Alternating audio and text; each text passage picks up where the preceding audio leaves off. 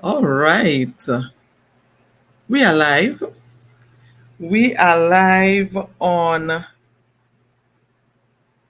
Facebook as well as LinkedIn. All right. We are on day 4. So to do my checks. We are on day 4 of the National Leadership Series. All right. So if it is you're logged in, you're coming on. Let me know that you're on and you're hearing me well. All right. Did the checks? We on and we live. All right. Great. So, guys, it's such a pleasure to be back with you. We're on day 4 of this 10-part series dealing with national leadership. Really talking about leadership from a national perspective. We have so many persons who lead in the national landscape. And a lot of what we see in our societies is as a direct result of the types of leaders we have in positions of influence, right, and positions of trust. So it's very important that we take stock of who is there as our leaders. Have we installed the right persons as leaders, what we should be looking for? And if we are national leaders, if we are in that position or seeking to be, some things you really should consider jumping into that field. All right. It's just something that I think we need to discuss more as societies because, and I haven't even, this wasn't part of my introduction, but let me just say this. When you look at organizations, when you look at, it doesn't matter where the organization functions, what industry, private, public sector, you look at it, non-profit, NGO, you look at it, you are going to see a very different organization depending on who is leading that organization. Look at the country, the community, you're going to get a very different feel. All right, because when people come into a leadership position, who they are pervades what they lead. All right. And I just want to say, if you are a leader, you are in national leadership, or you in a leadership position that impacts the citizens of your country, who you are impacts where you are. All right. Who you are impacts where you are. So the challenges that you have will be the challenges that will be felt through all throughout the organization or system that you lead. The strengths that you have, the organization or system that you lead will feel those strengths as well. All right. So let me officially welcome everyone. All right, let me officially welcome you to our day 4 of the National Leadership Series. Welcome for logging on. Welcome, welcome, welcome. And if you have been here since day 1 or day 2, day 3, and you're back here again, welcome back and thank you for continuing to show up. All right, so every Monday at 8 p.m., we jump on to discuss the leadership from a national perspective. All right, so I always want to encourage persons, if it's you're going to be watching it on the replay, because I know this time doesn't always synchronize with persons' availability, just put hashtag replay or slide into my DMs and put hashtag replay. So I know that you looked at the video. All right.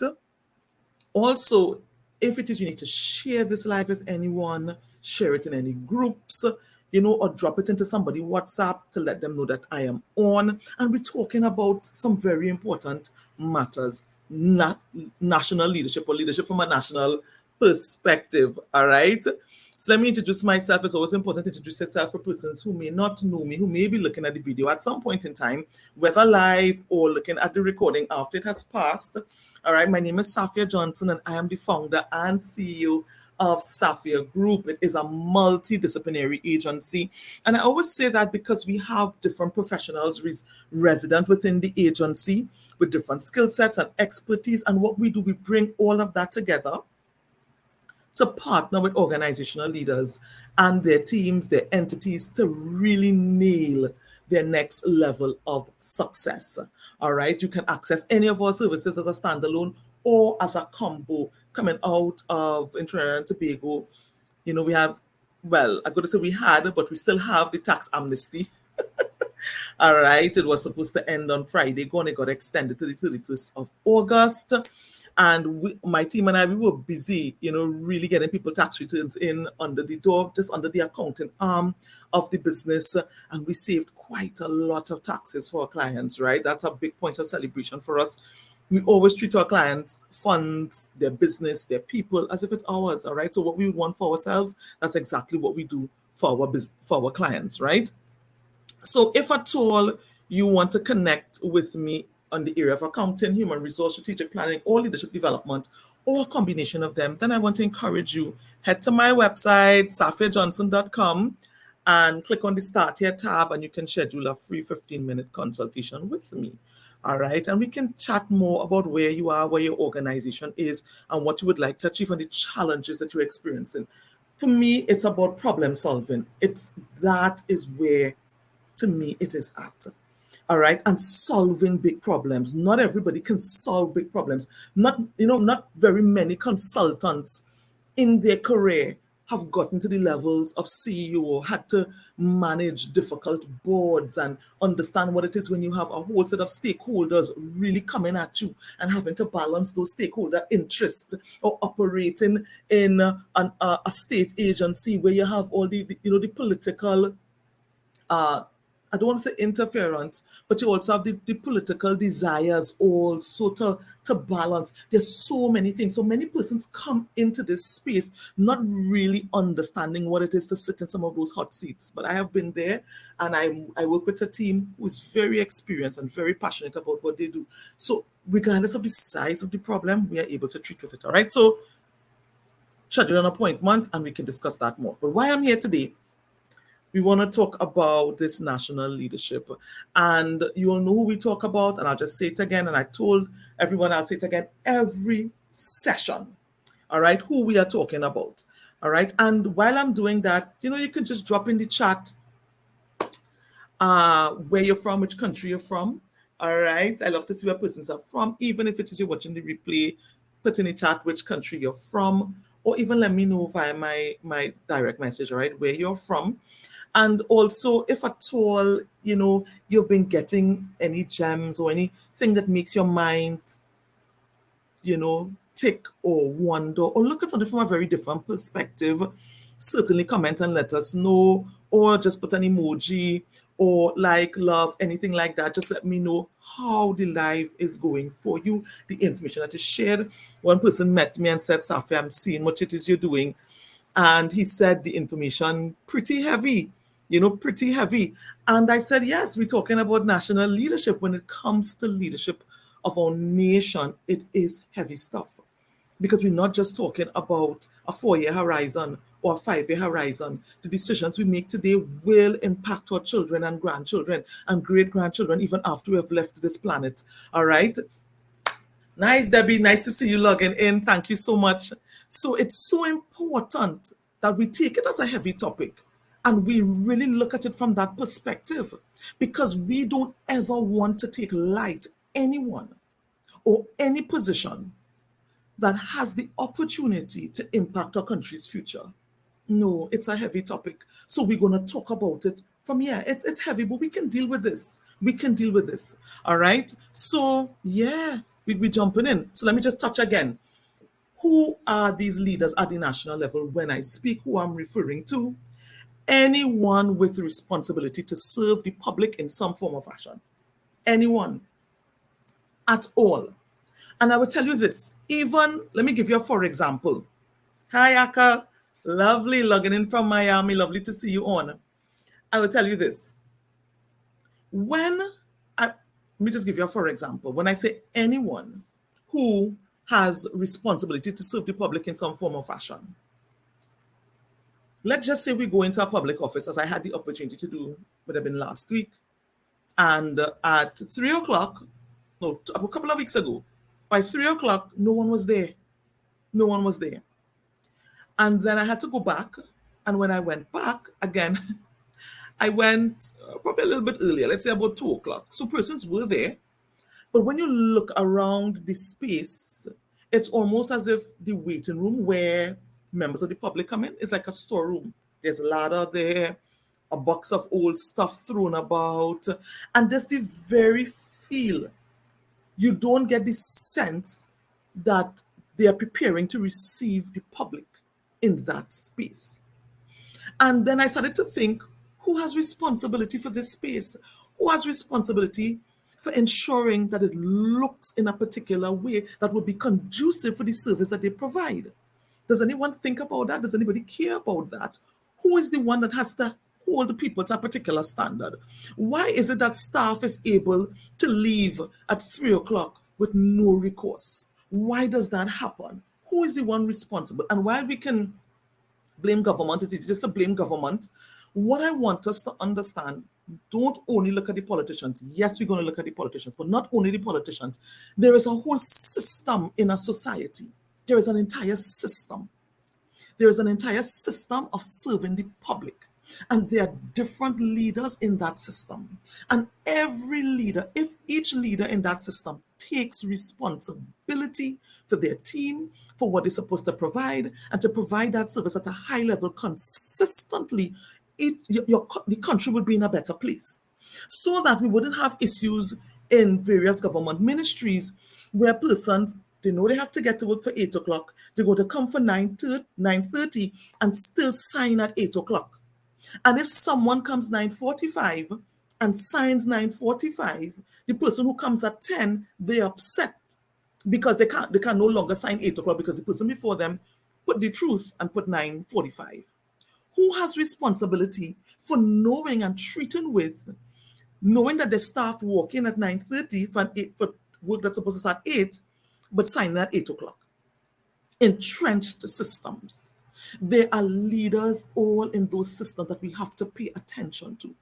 Don't just look at the politicians. Many times the politicians, yes, they have a big part to play. I'm not saying no.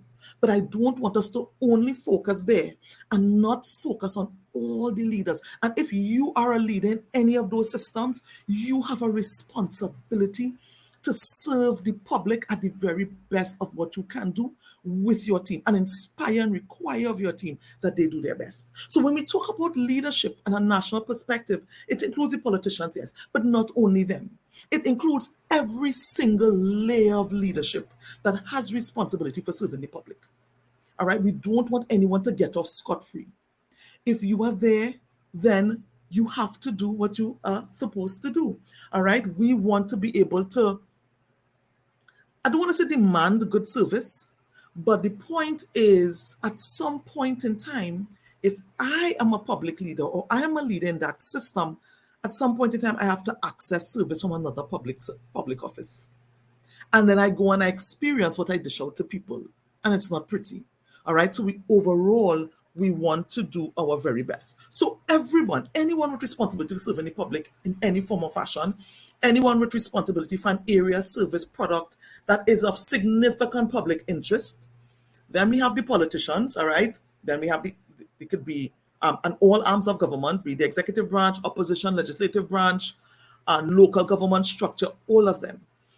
The boards and executives of public services, utility, water, electricity, water, transport, the protective services, boards and executives of state agencies, all right, or any similar organization, any national voice that can influence the minds of the public, they are leaders in the national space, including media and other influencers, all right? Let me know if it is what I'm saying making sense, if you agree, if you don't agree, if you see it differently, because many times we don't notice that when you see something go wrong, you just pull any state agency, licensing office, the health office, and any, you go down to Election and Boundaries Commission, you just name it, or any other public entity, any ministry, it doesn't matter. And you feel as if you have not gotten to get, because remember, it's a service.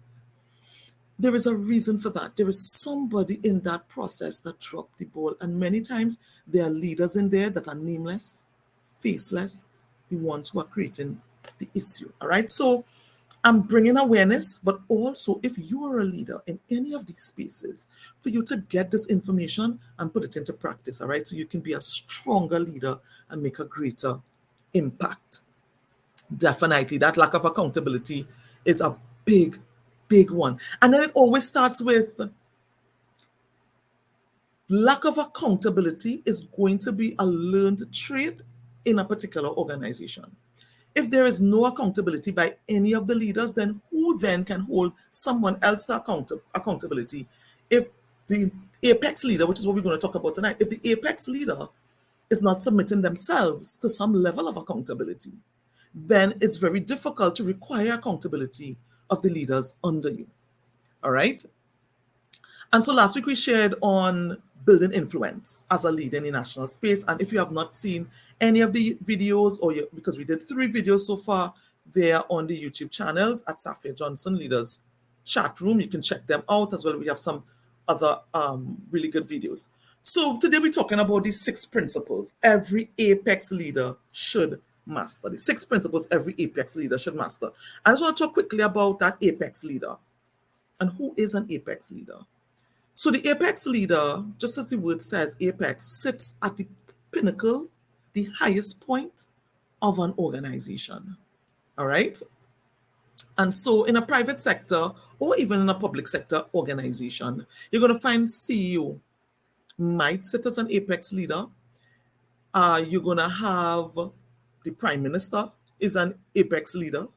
All right? You're going to find in different ministries, you're going to have the minister of that ministry is an apex leader, but you're also going to find the permanent secretary in his or her own right is also an apex leader, being the accounting officer. All right. Now I'm mentioning the positions as it relates to the structure in Trinidad and Tobago. But I know I have persons logging on from different parts of the world, particularly I know in the US I have a few persons who log on to the videos. So even in your structure of government, you're going to find that there are various apex leaders, just the persons who sit at the pinnacle, the top, the one who holds the greatest decision-making power in an organization is the apex leader. And that leader has tremendous responsibility because a lot of things that happen in the organization will be modeled after this apex leader. All right. And there was a piece of research that Harvard Business Review did, Harvard Business School, actually, not the review, the school. And they talked about these contagious leadership behaviors. Contagious leadership behaviors. And what they found, and they did this, I think it was 12,000 leaders surveyed, and I can't remember, a couple of thousands organization. It was done, it's a kind of old survey. Let's just say it might have been about 8 years ago. And I'm pretty sure it holds true still today.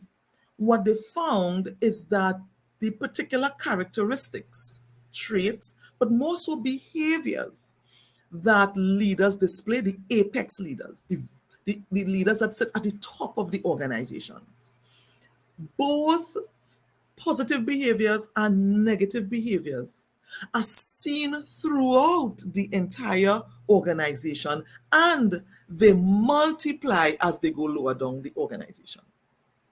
All right? So some of the issues that we may find in our organizations may be a reflection of us as apex leaders.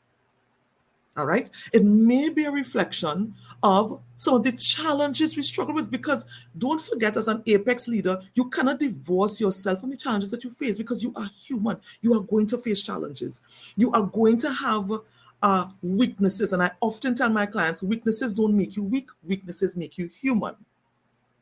So trying to avoid them, ignore them, and behave like they don't exist just creates further issues. It's important for you to be aware of your areas of weakness. Be aware of your areas of challenge, because that's where you know you can get support. So if you do not treat with the behaviors that you exhibit that may be a weakness or may not provide you with the best outcome, you are going to find those same behaviors all through your organization. I'll give you a very, very basic one. Now, while I don't like this example, particularly for the apex leader, certainly at the executive leader and probably the management layer, yes, we find there will be an issue. That whole matter of punctuality, that whole matter of being where you said you're going to be, all right, when you said you're going to be there, just that sense of respect for people's time. And I'm not talking about working 8 to 4, because apex leaders just do not work 8 to 4. It is not something, so we shouldn't expect it, all right, because the buck stops with them. If something happens way beyond working hours, they have responsibility. I don't know an apex leader who works 8 of, it just doesn't happen. All right, so to expect that, unreasonable. But the point is, you might commit to be somewhere at a particular time.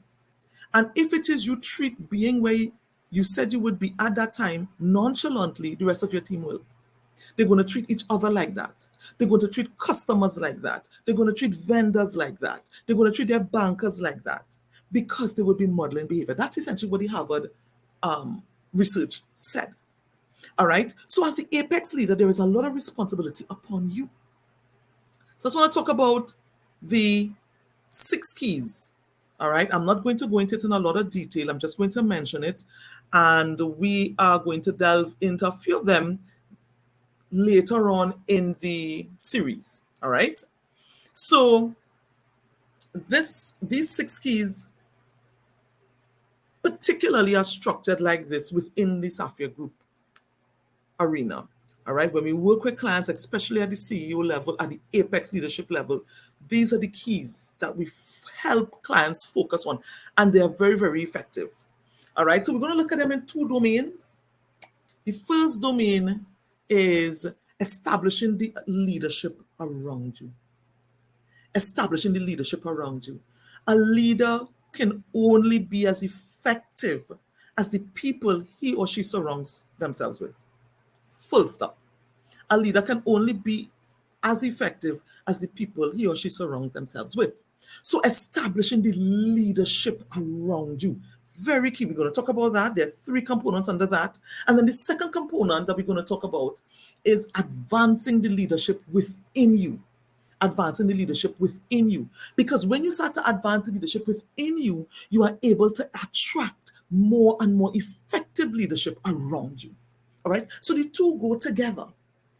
All right. And again, this is proprietary to Sapphire Group and how we work with the apex leaders that we have as clients. So we just want to discuss the 3 principles under each arm. So let's talk first. Establishing the leadership around you.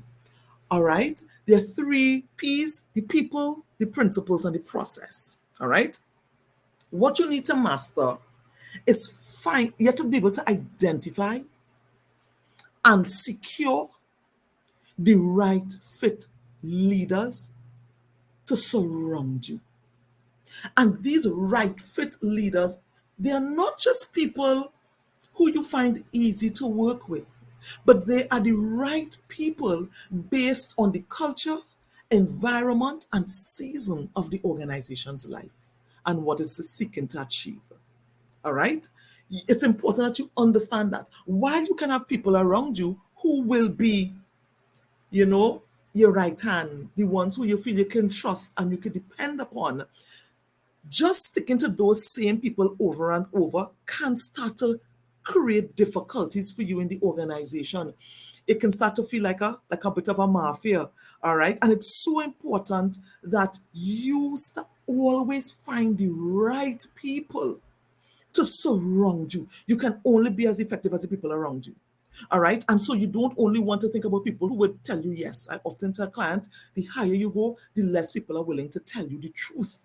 So you want people who you can trust to also tell you the truth, right? Not in a way to show you up or to make you look bad, but in a way that helps to strengthen you. So you want to surround yourself with the right people, all right? You have to be able, as a leader, to sharpen your eye to determine when you look at someone, when you speak with someone, when it is you really have that opportunity to interact with them, you can determine whether they are right fit.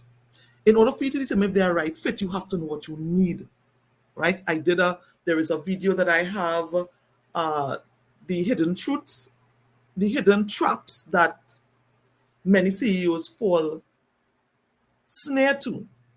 All right, it's a free video. If it is, you go on my website, sapphirejohnson.com. You should see something popping up. You can put in your email address and they're going to send you the link for the video. Inside of there, I talk a little bit about this because this is where many CEOs fall and they don't realize. So the first one is the people, in terms of establishing the leadership around you. The second one is the principles. What is the mindset and belief system of your people? What is it? What should it be? How do you develop it and reinforce it within the minds of your leaders so that they can then enforce it in their people? So you're looking for this exceptionality, this exceptional mindset and belief system of your people. What do your people believe? What do your people believe about the organization, about themselves, about the mandate that you have to accomplish? In fact, this is a very big part of success. I often tell leaders when they're struggling to get people motivated, many times the people don't know where we are going. They have no clue. So it's so important to set the journey, set the destination. Where are we going and how we all benefit from it? All right. So we have the people, we have the principles, which is those guiding belief systems and mindsets that your people must have. Winners win because they believe they are winners. It's as simple as that. And if in public sector or if in serving the public, it's taken as if there is no, it's not something that requires a standard. It's not something that requires excellent customer service. It's not something that requires efficiency. If that is the belief system and the mindset of the people, then that's the result you're going to get. Finding the right people is one thing. Understanding or establishing the right mindset within them is the other big thing. And the last part of this establishing the leadership around you is the process. You have the people, the principles, the process. You must be able to know or develop a methodology that leads to predictable success. How do we get it right? And how do we get it right over and over and over and over again? And if we don't get it right, why we didn't get it right and seek to fix it quickly? I mean, that's a simple model, but many times when it comes to national service and public service, it's not instituted. So you're going to find things are broken, things are off, things are not working for very long periods of time. And all it takes is somebody sitting down, looking at it, seeing why it is like that, and making a change. But again, no one will do that based on the mindset that exists. All right. And it goes back to your people. So all of these three things work together in order for you to establish strong leadership around you. Remember, I'll say it again, as an apex leader, you can only be as effective as the people around you. All right, last part, advancing leadership within you. The last three parts, the last three keys, advancing the leadership within you. It's important for you to treat with the person. All right, so all of them are P's. We have the people, principles, process, and the establishing the leadership around you. Then we have the person, the power, and the position when it comes to advancing the leadership within you. And when it comes to the person, that is you. And that has to do with exploring a deep and thorough understanding of who you are. Great self-awareness and your impact on others and on situations. Many leaders, and I can tell you, this is one of the biggest challenges of leaders, a lack of self-awareness. You have to understand the person that you are giving to the people. You have to understand the person, because who you are will show up in your organization. Who you are will be challenged as you lead from a national perspective, especially those who are in the public eye, because sometimes the public would not be kind. Who you are will be exposed. It will be tested. So you have to know who you are first. Take some time. Know who you are. Understand your impact on others and situations, because it will only help you. Because you cannot change what you don't know. You cannot deal with what you don't know. All right. So it's important for you to face you so you can understand what the public is getting. All right. We're almost there. The second one is the power, right? That has to do with you establishing the power within you. It's, activating the inherent power within you to connect with people and to cause people to connect with you firmly and your vision. Every leader, when people end up in leadership positions, most times there is something within them that signals that this person has the capacity or the potential to be a great leader. Sometimes it's not fully realized because of all sorts of different issues. But I'm referring to that element that gives the signal that you have the potential, the capacity, that's your inherent power, your ability to connect with people, your ability to get people to buy in, to connect with you and your vision. I want you to remember that you have that kind of power and you need to activate it, right? You need to get people to connect with you and your vision. If you don't have a vision, then there's nothing for people to connect to. There's nothing for people to connect with. People want to go on a journey with you. Where are you carrying the people? It can't just be what I call maintenance leadership. However you get it, you just want to give it back in the same state. Anything that is not growing is dying. So when you receive responsibility for something in the national sphere, you have a responsibility to take it to a higher level, a better level, expand it. That is your obligation to the society. All right. And you have the power to do it.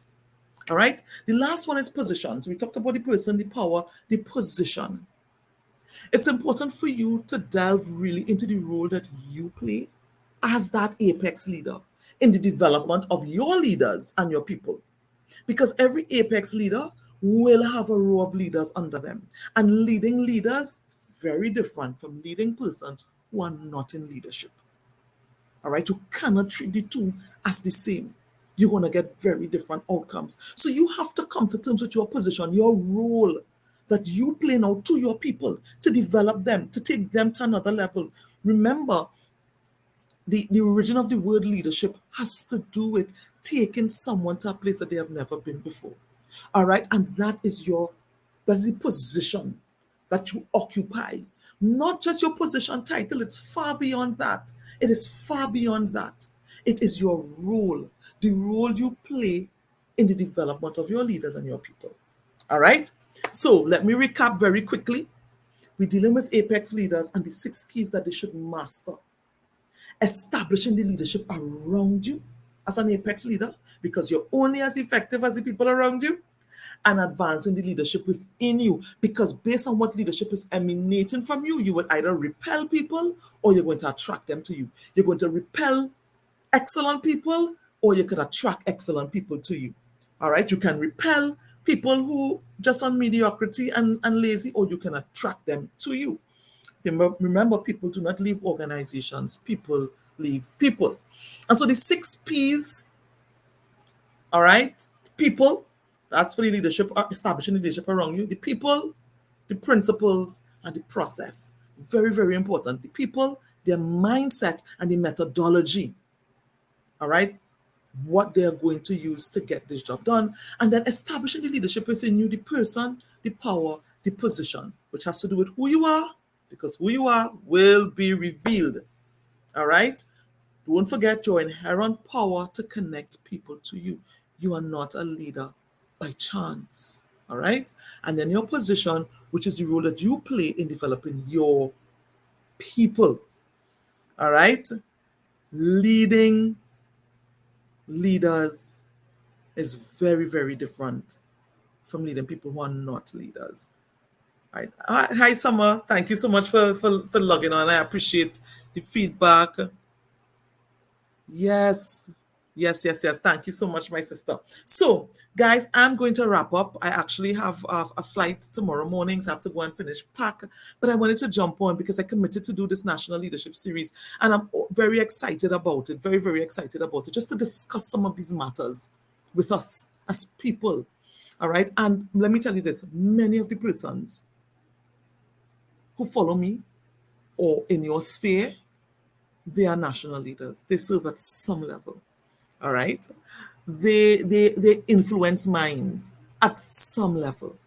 All right. Yourself or people that you know, it's important that we have this discussion. It's important that we raise it, because when people go into these spaces, I don't think sometimes they anticipate the weight that they will carry in the leadership. I don't think many of them anticipate how hot the hot seat is. But when you get there, you now have to make the best of it. So, bringing this information to you to hopefully help you to be stronger, more formidable, more effective leader in the national space. All right. Thank you so much, guys. And I'm going to log off now. Remember, you can get the recording on our YouTube channel if you're looking for the first 3 videos. If you need to schedule an appointment with me, go to our website, safiajohnson.com, click on Start Here, and schedule that appointment. All right. Or if you're interested in any of our other services, you can go to safiagroup.com. You're going to see all our services there. It has been a pleasure being with you guys tonight. All right. And if you need to share the live, share the live. And again, if you're watching the replay, put hashtag replay. Signing out. Have a great night, guys.